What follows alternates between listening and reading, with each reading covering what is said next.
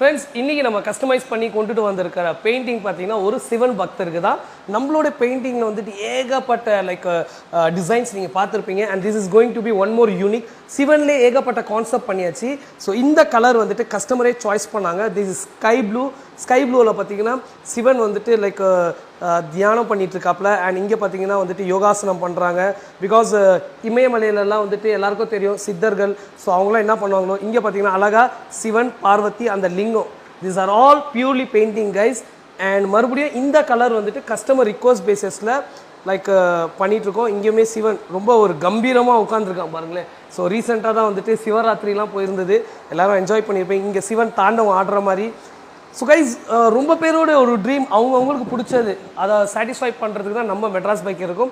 And மறுபடியும் இங்கே பார்த்தீங்கன்னா சிவன் பார்வதி இருக்காங்க. அழகாக அந்த நாகப்பாம்பு வந்துட்டு அவங்களோட கழுத்தில் இருக்கிற மாதிரி இங்கே சூளை ஏந்திய